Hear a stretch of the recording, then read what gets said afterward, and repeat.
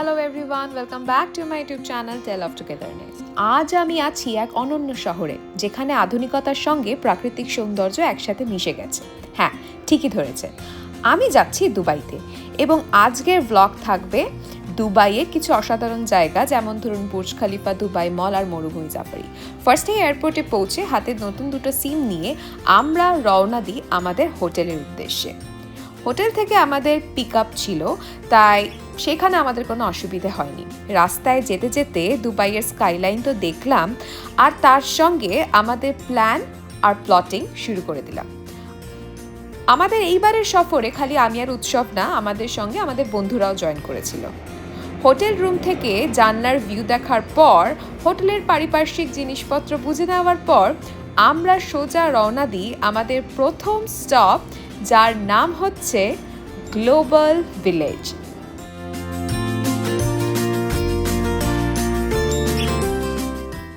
দুবাইয়ের global village একটি অত্যন্ত জনপ্রিয় পর্যটন কেন্দ্র, যেখানে বিশ্বজুড়ে বিভিন্ন দেশের সংস্কৃতি, ঐতিহ্য, খাবার এবং শপিংয়ের অভিজ্ঞতা আপনি একসঙ্গে উপভোগ করতে পারবেন।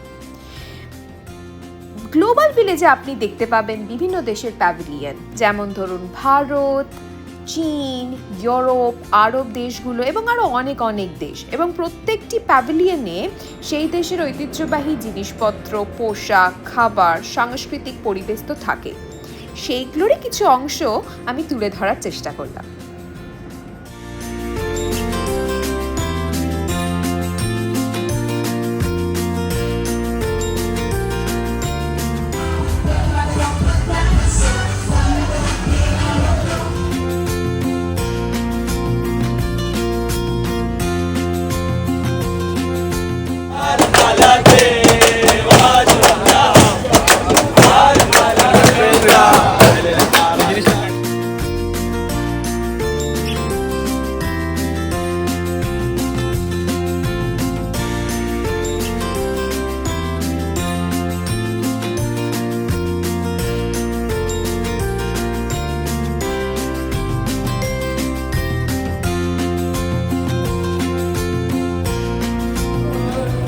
ايد العفو بالحيطة قدر منعه زيف منعه واصبح مثلهم قولوا قناعهم اللي هالدنيا تناقض واللي ما يدعي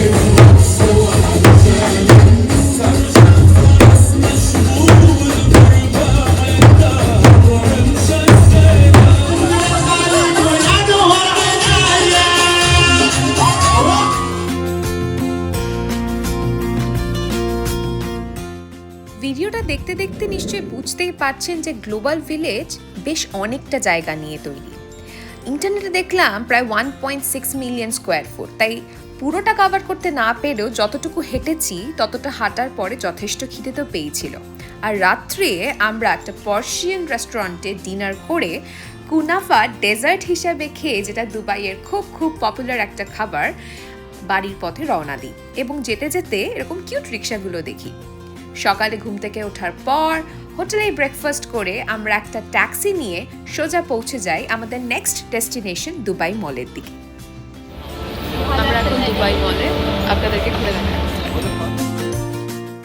দুবাই মল বিশ্বের অন্যতম বৃহত্তম এবং সবথেকে বিখ্যাত শপিং মলগুলোর মধ্যে একটি। এটা প্রায় 1.1 মিলিয়ন স্কোয়ার ফুট, 1200টির ওপরে শপ রয়েছে। এখানে আপনি দুবাই অ্যাকোয়ারিয়াম এবং আন্ডার ওয়াটার জু দেখতে পাবেন, যেখানে আমরা টিকিট কেটে ঢুকেছিলাম। হ্যাঁ, এটি বিশ্বের অন্যতম বড় অ্যাকোয়ারিয়ামের মধ্যে একটা, যেখানে প্রায় 10 মিলিয়ন লিটার অফ ওয়াটার রয়েছে। এখানে তো আপনি অনেক ধরনের সামুদ্রিক জীবজন্তু, মাছ দেখতে পারবেন, তার সঙ্গে বোট রাইড নিয়ে মাছদেরকে খাওয়াতেও পারবেন, কিছু কিছু মাছকে টাচও করতে পারবেন। এটা ছাড়াও দুবাই মলে কিন্তু আরও অনেক জিনিস দেখার রয়েছে, যেমন ধরুন আইস স্কেটিং রিং রয়েছে, যেখানে আপনি শীতকালে স্কেটিং করতে পারেন, তবে আমরা সেই জায়গাটায় যাইনি। এছাড়া অনেক প্রিমিয়াম শপিং আউটলেট রয়েছে, যার প্রদর্শন আপনাকে কিছুক্ষণ আগেই দেখালাম। আর দুবাই মলের একদম পাশেই রয়েছে বুর্জ খালিফা, আর আমরা একটু পরেই সেখানে যাব।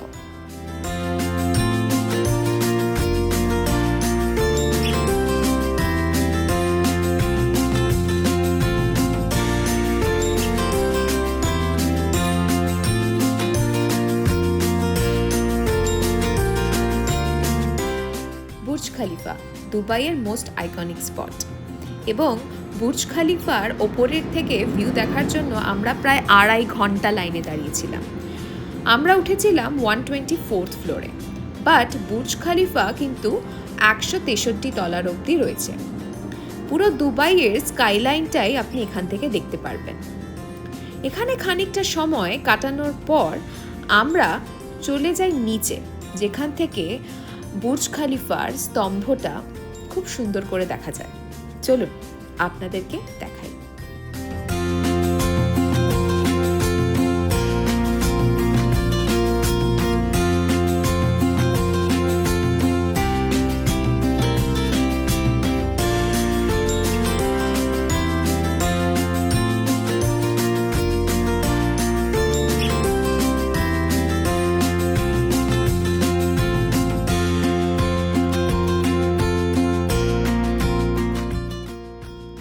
দুবাইয়ের ফাউন্টেন শো, বুর্জ খালিফা এবং দুবাই মলের কাছে এই সিঙ্ক্রোনাইজড ড্যান্সিং ফাউন্টেন শো প্রায় 30 মিনিট পর পর সন্ধ্যে থেকে রাত অবধি চলে।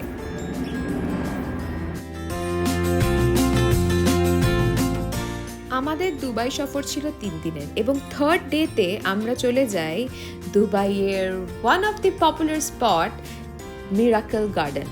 এবং যদি আপনি শীতকালে দুবাই ঘুরতে যান তাহলে এই স্পটটা কিন্তু মিস করা একদম চলবে না।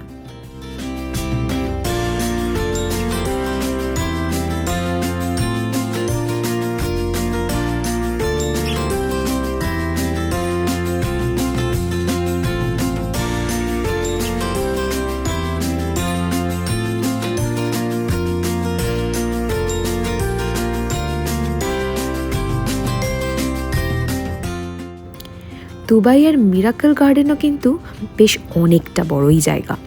এখানে ম্যাক্সিমাম যেই ফুল দিয়ে আপনি সাজানো এক একটা প্যানেল দেখতে পাচ্ছেন, আমার মনে হয় পিটুনিয়া ফুল দিয়েই সাজানো। আমি অন্য সেরকম ফুল কিছু রেকগনাইজ করতে পারলাম না। তবে ফ্যামিলি নিয়ে বা ছোটোখাটো পিকনিকের জন্য জায়গাটা বেশ আদর্শ। এখানে আবার কিছু খাবার স্টলও রয়েছে। আমি যেমন সেখানে গিয়ে প্রথম টার্কিশ আইসক্রিম ট্রাই করেছিলাম এবং এই ভদ্রলোক বেশ মজাই নিচ্ছিল। তবে আইসক্রিমটা খেতে মোটামুটি ঠিকঠাকই ছিল।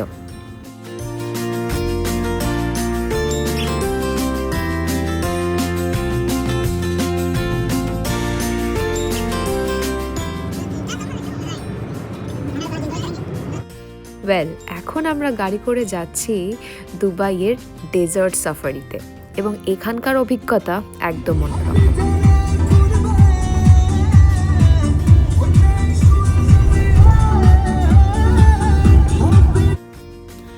এখন আমাদেরকে নিয়ে যাওয়া হচ্ছে মরুভূমির ওপর দিয়ে এবং এই জিনিসটাকে বলে ডিউন ব্যাশিং। বালির এথার পাথার করে আমাদেরকে রীতিমতো মুড়ির টিন বানিয়ে ফেলেছিল। বাট আলটিমেটলি আমরা আমাদের গন্তব্যে পৌঁছাই। প্রত্যেকটা ট্রাভেলার্সের একটা নির্দিষ্ট জায়গা থাকে। আমাদের ওখানে আতিথেয়তা ভালোই হয়। হাতে একটা খেজুর এবং সেখানকার ফেমাস কফি দিয়ে আমরা খানিকক্ষণ ওয়েট করি এবং তারপর আমরা রেডি হয়ে যাই আমাদের আজকের এক্সাইটিং অ্যাডভেঞ্চারের জন্য।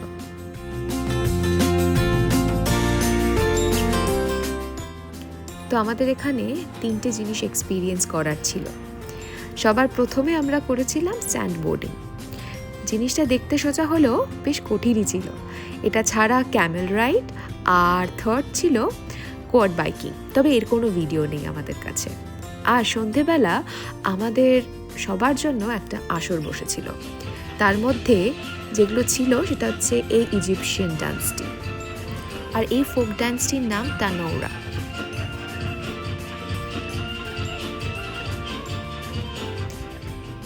সন্ধ্যের আমেজটা বেশ ভালোই জমে উঠেছিল। তার সাথে ডিনার করে পরবর্তী শো দ্য ফায়ার শো।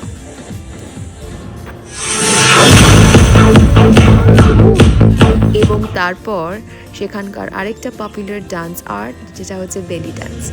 আমরা সন্ধ্যেটা সেখানে সময় কাটিয়ে ব্যাক করি আমাদের হোটেলের পথে।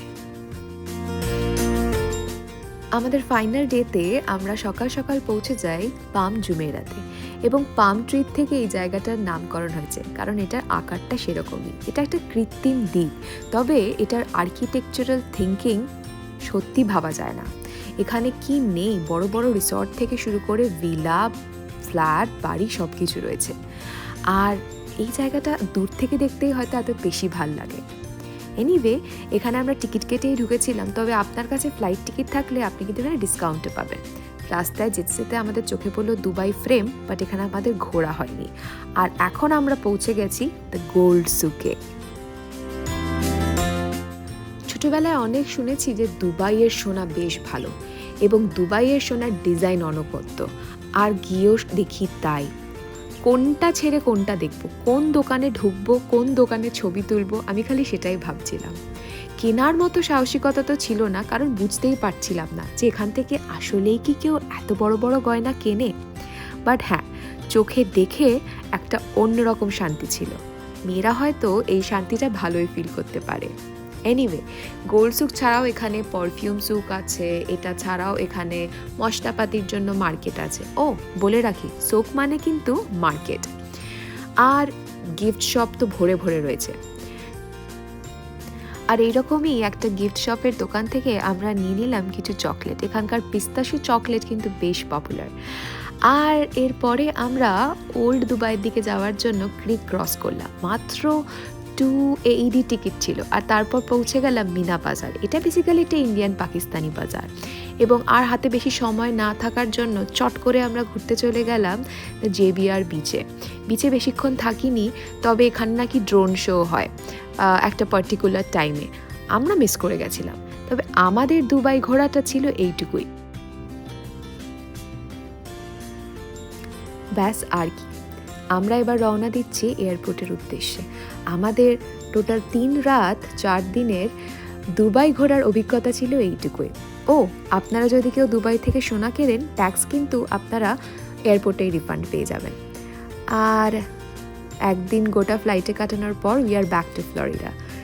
ভিডিওটা যদি ভালো লাগে তাহলে অবশ্যই জানাবেন, কমেন্ট করবেন। কারো দুবাই ঘোরার প্ল্যান থাকলে তার সঙ্গে শেয়ার করতে পারেন। বাই।